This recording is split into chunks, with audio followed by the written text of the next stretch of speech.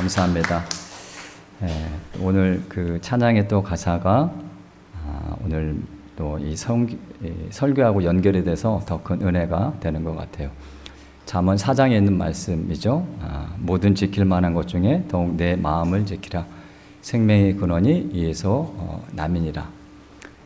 여기서 말하는 내 마음은 찬양의 가사처럼 내 앞에 하나님을 모시고 그분을 의지하고 살 때 어떤 상황 가운데서도 흔들리지 않는다라는 그런 마음입니다. 그런 믿음과 마음이 저와 여러분과 함께 하시기를 간절히 기원합니다. 그 제럴드 시처 목사님이라는 분이 계셔요. 그 목사님이 쓰신 책 중에 하나님의 뜻이라는 책이 있습니다. 그 책을 보면 이분은 원래 의대에 가고 싶어 하셨대요. 그래서 의사가 되고 싶었는데 어떻게 해서 신학대를 가고 목사가 되었습니다. 그래서 결혼을 하고 딸 둘, 아들 둘 이렇게 행복한 가정을 이뤘습니다. 자, 그러던 어느 주말이었어요. 이 목사님의 어머니가 집에 오셨고 온 가족이 차를 타고 어디를 다녀오는 길이었습니다. 자, 그런데 그 맞은편에서 그 음주 운전자가 목사님 차를 향해서 달려오더라는 거예요. 그래서 피할 수 없는 상황이 되었고 정면 충돌을 하게 됩니다. 그래서 그때 목사님의 어머니 그리고 아내 그리고 어린 딸이 그 자리에서 사망을 합니다. 그리고 그 당시 2살이었던 아들이 중상을 입었다고 해요. 자, 누구나 이런 경험을 겪게 되면 왜 하필이면 나한테 이런 일이 일어났을까? 우리가 신앙인으로서 믿음의 생활을 하면서 이런 일을 겪게 되면 하나님이 살아계신다면 어떻게 이런 일이 가능할까라는 질문을 던지게 됩니다. 자, 이 목사님도요, 이 사고를 경험하고 하나님의 뜻이 과연 무엇인가 고민하게 되었고 그 결과 하나님의 뜻이라는 책을 쓰게 되었다는 겁니다. 자, 우리는 한 치 앞도 예측할 수 없는 오늘을 살아가죠. 때로는 예상치 못한 그런 어려움이 닥치면 온 세상이 무너진 것 같은 그런 절망 속에 빠지기도 합니다. 자, 하나님의 우리가 의지하고 믿는 믿음으로 견뎌보려고 해도요, 그것도 쉽지 않을 때가 있다는 거예요. 자, 우리는 이런 상황을 만나면 어떻게 해야 할까? 오늘 우리에게 주시는 그 말씀을 통해서 그 해답을 같이 찾아보려고 합니다. 자, 성경 인물 중에 이 요셉이라는 사람은 비교적 평탄한 삶을 살았던 사람이에요. 이 아버지가 야곱이죠. 근데 아버지 야곱한테는 그 부인이 둘 있었습니다. 첫째 부인이 레아고 둘째 부인이 라헬이죠. 근데 이 야곱은 이 레아보다 라헬을 더 사랑했습니다. 그래서 이 라헬이 낳은 아들이 요셉이에요. 그러니까 자기가 사랑하는 부인이 낳은 자식을 더 사랑했다는 거죠. 그래서 야곱은 다른 아들들보다 레아의 아들들보다 라헬의 아들이었던 이 요셉을 더 이뻐했습니다. 자, 어릴 때부터 아버지의 사랑을 독차지하죠. 다른 형제들하고 옷도 다르게 입혔습니다. 더 좋은 옷을 입혔죠.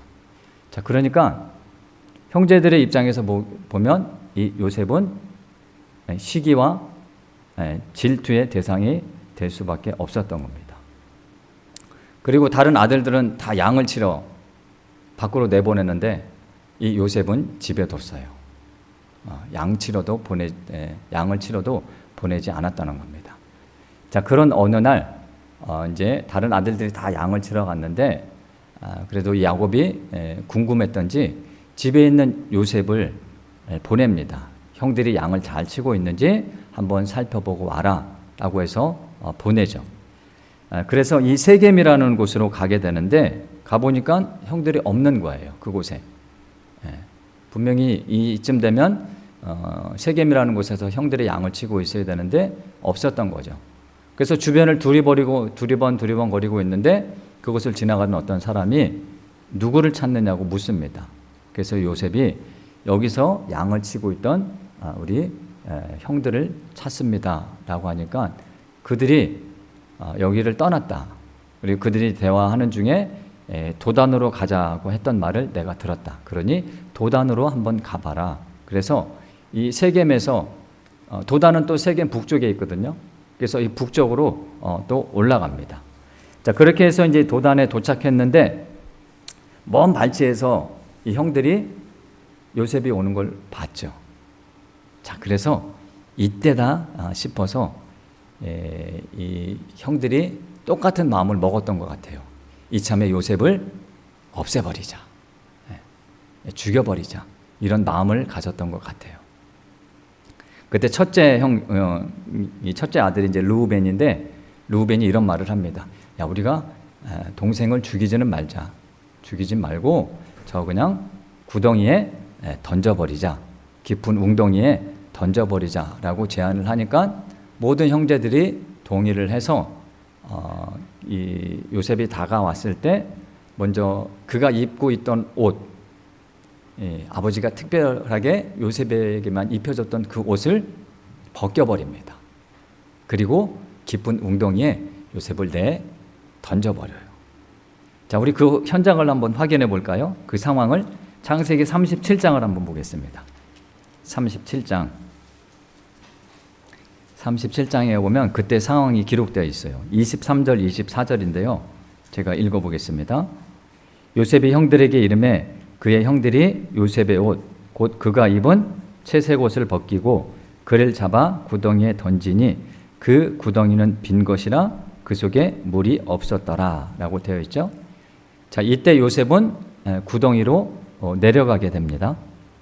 자, 그때 마침 이스라엘 상인들이 그 앞을 지나갔던 모양이에요.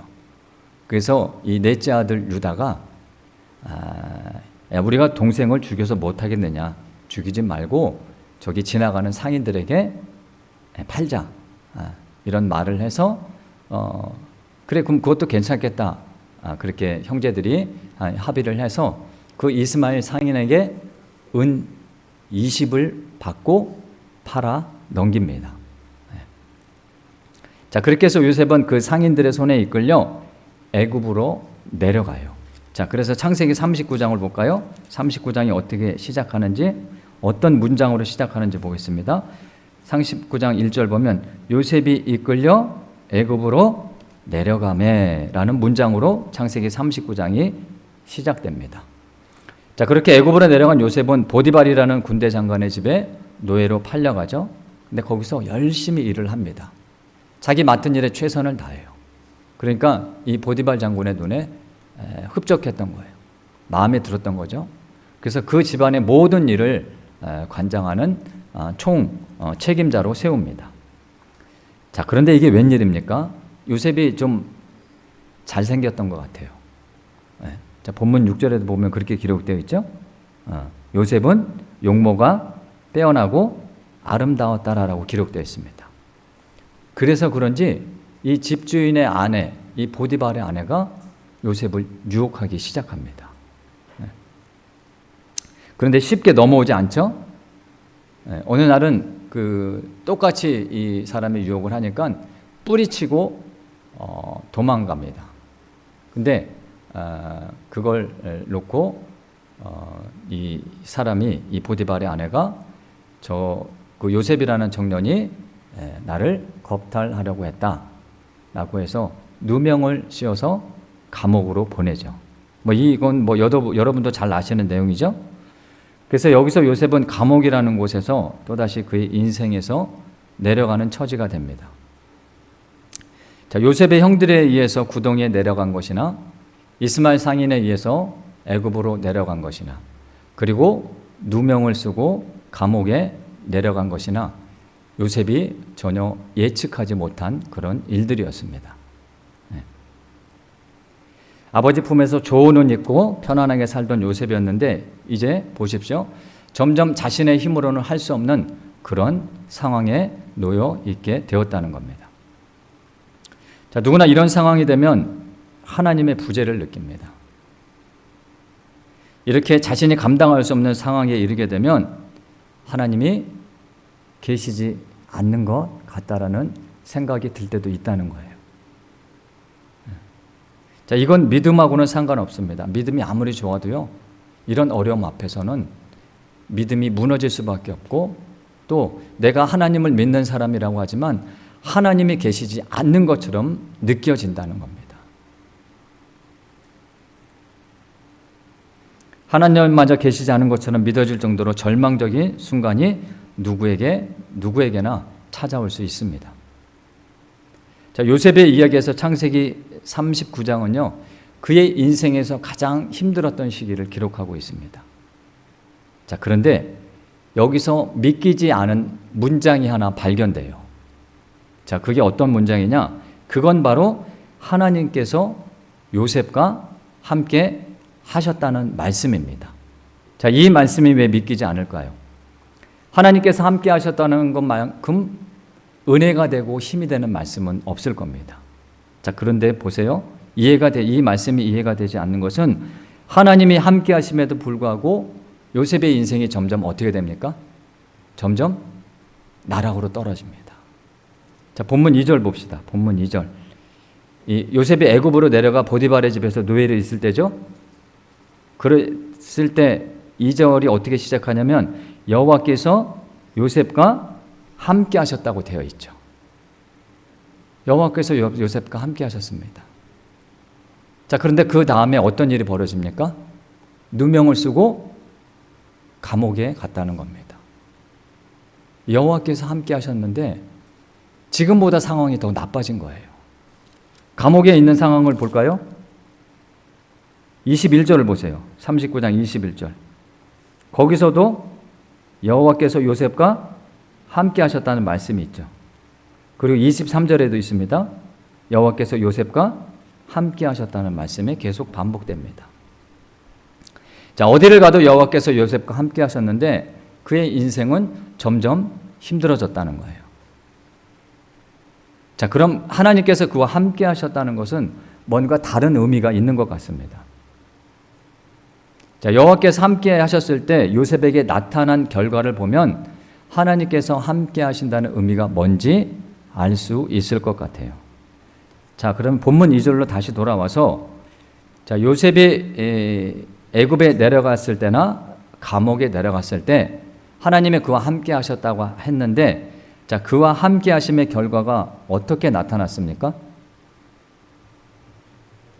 2절을 보면 여호와께서 요셉과 함께 하심으로 그가 어떤 자가 되어 형통한 자가 되었다고 되어 있어요. 감옥에서도 똑같습니다. 감옥에서도 23절 보면 여호와께서 요셉과 함께 하심이라 여호와께서 그를 범사에 형통하게 하셨더라라고 되어 있습니다. 자, 요셉이 형통한 자가 되었다는 거예요. 자, 여기서 형통이라는 단어가 나오죠. 자, 이 형통이라는 단어의 사전적인 의미는 모든 일이 뜻과 같이 잘 되어간다라는 뜻입니다. 쉽게 말해서 자기가 마음먹은 대로 일이 술술 잘 풀린다. 이럴 때 우리가 형통이라는 단어를 쓰죠.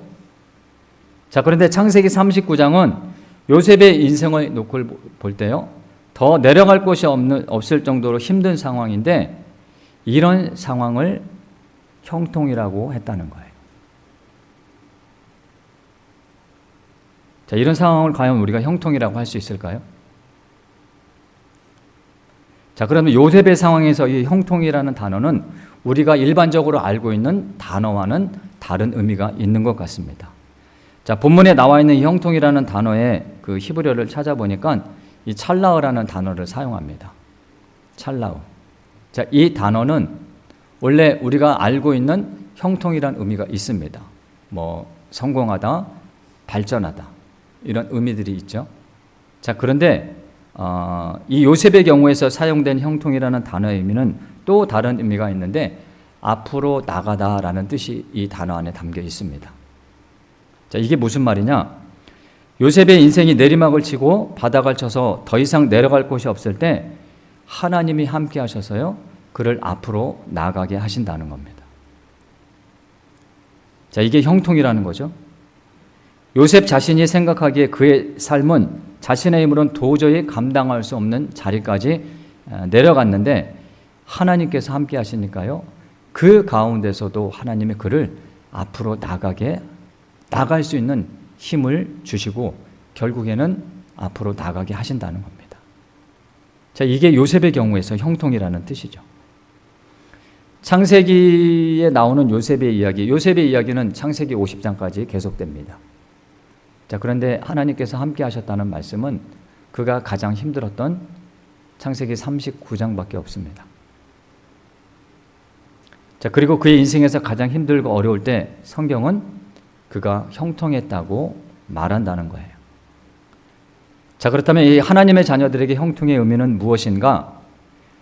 내가 살 소망이 다 끊어져 도저히 살아갈 힘이 없을 때 하나님께서 나와 함께 하심으로 그 가운데서도 앞으로 나갈 수 있는 힘을 주신다는 거예요.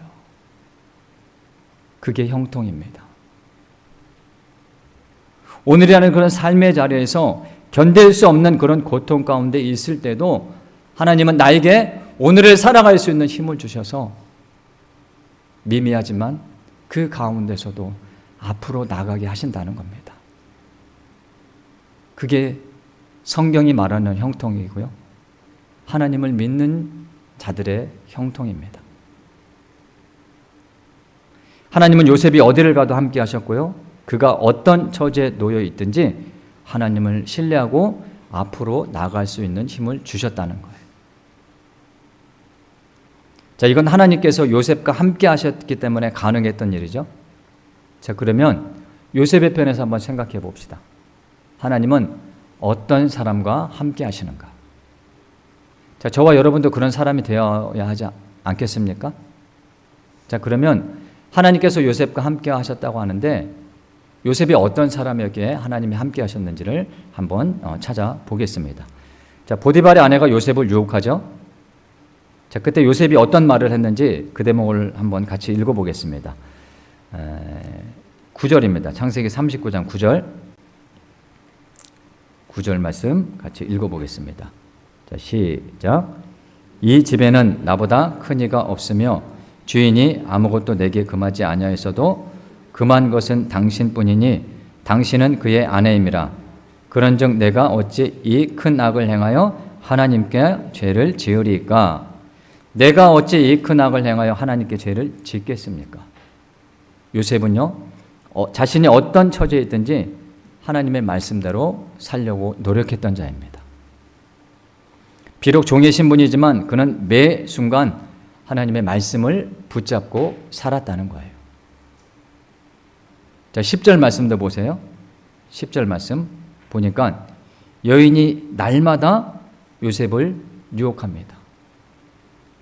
날마다 유혹했다고 되어 있어요. 하루에도 수십 번, 하루 이틀이 아니죠. 이 사람이 요셉을 유혹한 게 하루에도 수십 번 그를 유혹합니다. 하지만 요셉은 끝까지 죄를 짓지 않고 하나님의 말씀대로 살려고 안간힘을 썼다는 겁니다. 그 일로 요셉은 비록 감옥에 갔지만 그는 거기에서도 하나님의 말씀을 붙잡습니다.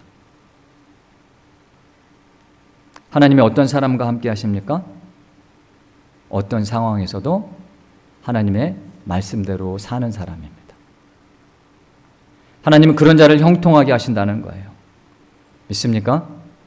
그러므로 여러분이 요셉과 같이 더 이상 내려갈 것이 없는 상황에서도 여러분의 손에서 놓지 말아야 할 것은 바로 하나님의 말씀이라는 거예요. 우리 시편 119편 한번 보겠습니다. 시편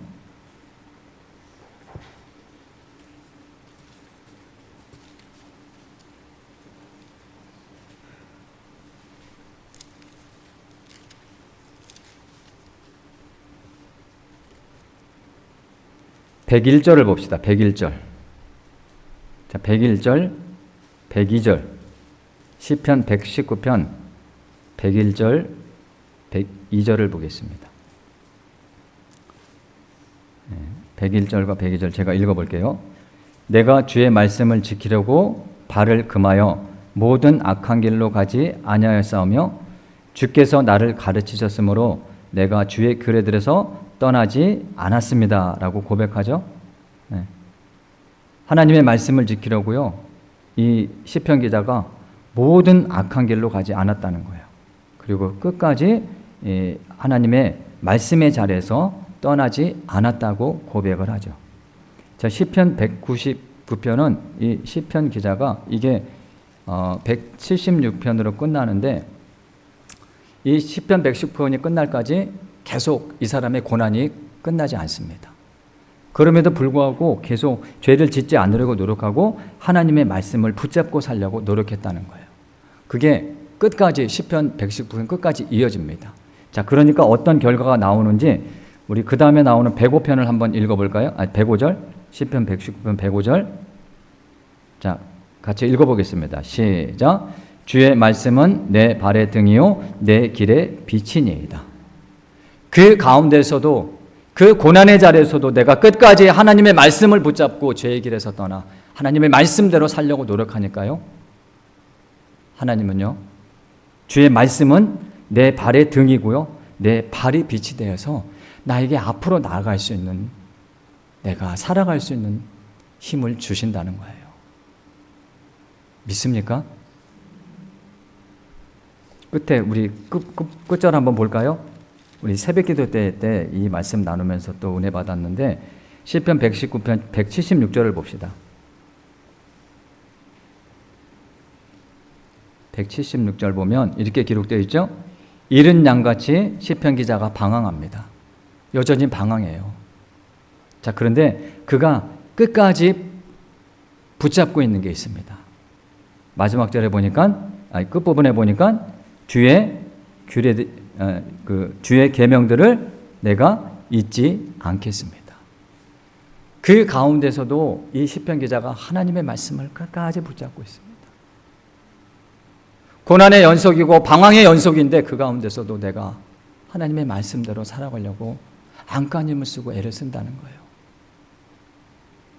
하나님은요, 그런 사람과 함께 하십니다. 그리고 그런 자를 형통하게 하신다는 거예요.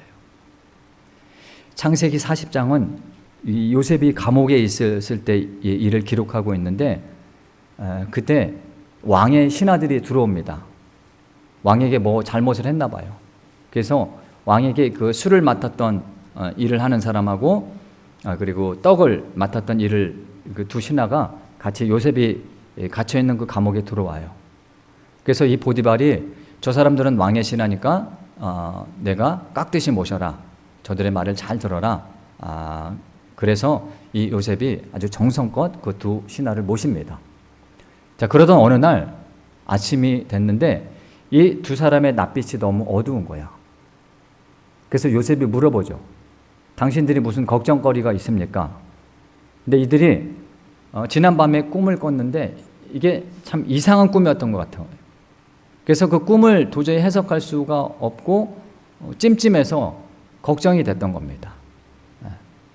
그래서 꿈을 해석해 주기를 원하는데 그때 이 요셉이 그 사람들에게 이런 말을 해요. 우리 40장 8절 한번 볼까요? 40장 창세기 40장 8절 보니까 자, 그들이 그에게 이르되 우리가 꿈을 꾸었으나 이를 해석할 자가 없다. 자, 요셉이 그들에게 이르되 해석은 누구한테 있다? 해석은 하나님께 있지 않습니까? 청하건대 내가 말해 보십시오. 자, 꿈은 누가 해석해 주신다? 하나님께서 해석해 주신다는 거예요. 요셉이요, 감옥에서도 하나님을 얼마나 신뢰했는지를 알 수 있는 대목입니다. 그렇게 하나님은 요셉에게 지혜를 주셔서 그들의 꿈을 해석해 주죠. 그래서 이 두 사람 중에 한 사람, 왕의 술을 맡았던 그 신하가 복직하게 됩니다. 자, 그러고 나서 만 2년이라는 시간이 흘렀어요. 자, 그런데 이제 애굽 왕 바로가 흉측한 아주 꿈을 꿉니다. 그래서 그 꿈이 어떤 의미인지 풀이해 보려고 전국을 수소문해서 뭐 꿈풀이 하는 사람들, 뭐 점치는 사람들 다 불러다가 꿈 얘기를 했는데도 한 사람도 왕의 꿈을 해석하지 못하는 거예요. 자, 그때 그 복직됐던 그 사람의 머리에 누가 떠올랐을까요? 네, 자신의 꿈을 해석해줬던 요셉이 떠올랐던 거예요. 그래서 왕에게 요셉을 소개하죠. 그래서 이 요셉이 왕 앞에 갑니다. 그러니까 왕이 묻죠. 자, 네가 듣기로는 뭐 꿈 해석을 잘한다고 하는데 그게 사실이냐? 라고 묻습니다. 자, 그때 요셉이 왕에게 뭐라고 대답했는지 41장으로 가서, 창세기 41장으로 가서 16절도 한번 같이 읽어봅시다. 16절. 41장 16절 같이 읽겠습니다. 시작. 요셉이 바로에게 대답하여 이르되 내가 아니라 하나님께서 바로에게 편안한 대답을 하시리이다. 요셉은 예전에 두 신하에게도 꿈은 누가 해석하신다? 하나님께서 해석하신다고 하셨죠. 그리고 왕 앞에서도 동일하게 하나님께서 왕의 꿈을 해석해 주신다고 말했다는 거예요. 자, 이게 무슨 의미입니까? 요셉은 어떤 상황에서도 하나님을 신뢰했다는 겁니다. 하나님을 믿었다는 거예요. 그는 보디발의 집에서 종살이를 할 때도, 감옥에 가서도요, 하나님의 그 말씀대로 산 것은 뭐 물론이거니와 그 가운데에서도요, 하나님만을 온전히 신뢰하고 의지했다는 거예요. 하나님은 그런 자와 함께 하십니다.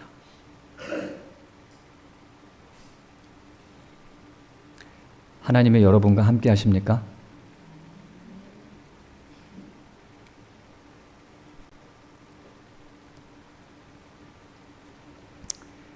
내 평생에 가는 길 순탄하여 늘 잔자 강 같든지 큰 풍파로 무섭고 어렵든지 나의 영혼은 늘 편하다. 내 영혼 평안해. 내 영혼 내 영혼 평안해.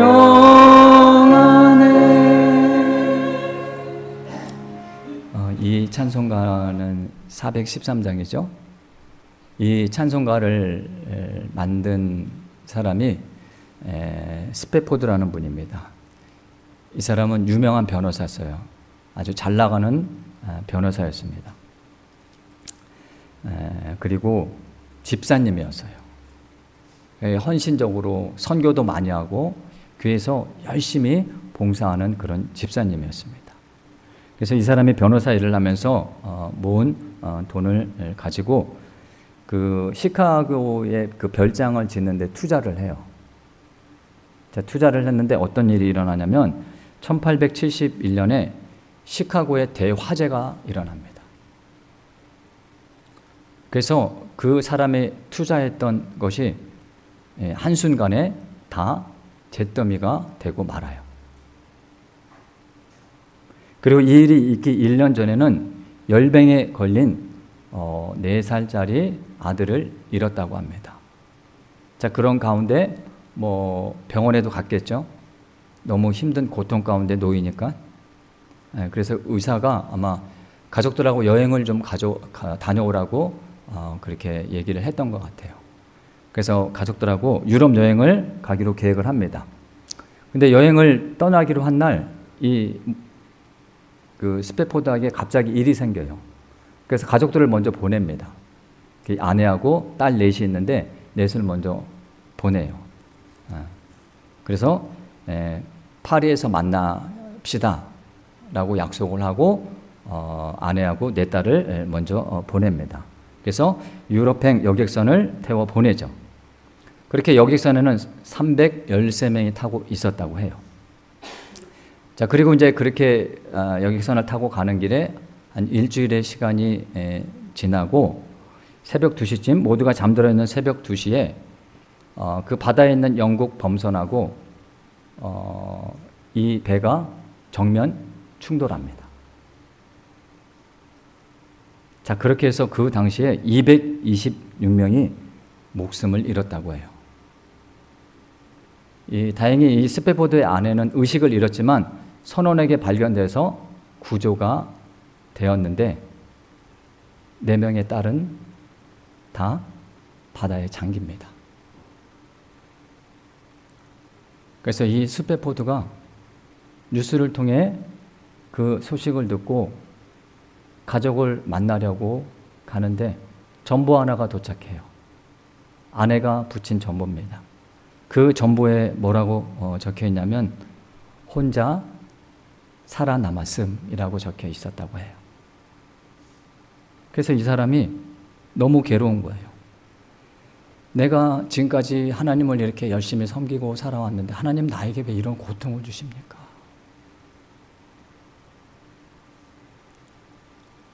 저는 앞으로 어떻게 살아야 됩니까? 그런데 그때 문득 열왕기의 4장에 있는 말씀이 떠오르더라는 거예요. 이 4장 26절에 이런 말씀이 있어요. 너는 달려가서 그를 맞아 이르기를 너는 평안하냐? 내 남편이 평안하냐? 아이가 평안하냐 하라 하였더니 여인이 대답하되 평안하다. 이 말씀이 떠올랐다는 거예요. 그 상황에서, 그 절망적인 상황에서 이 평안이라는 단어가 이 스페포드 사람의 머리에 맴돌더라는 거예요. 아마 제 생각에는 그 시간에 예수님이 그를 찾아가셔서 그 가운데서도 평안을 주신 것 같아요. 그래서 이 사람이 볼펜을 잡고 그때 만든 찬송가가 413장입니다. 사랑하는 성도 여러분, 여러분이 어떤 상황에 놓여있든지 하나님을 의지하고 그분의 말씀을 붙잡는다면요, 여러분이 그 슬픔이 변하여 기쁨이 되게 하신다는 것을 믿으시기를 바랍니다. 우리가 하나님을 제대로 믿기만 하면 평안하지 않은 그런 상황 가운데서도요, 평안할 수 있는 길을 열어주신다는 거예요. 믿습니까? 더 이상 내려갈 곳이 없는 곳에서도 앞으로 나아가게 하신다는 그 찰나의 하나님을 온전히 신뢰하고 또 오늘을 이겨내는 가운데 하나님의 때를 기다리고 인내하며 살아가는 우리 수복늦게 성도님들 다 되시기를 주님의 이름으로 축원합니다.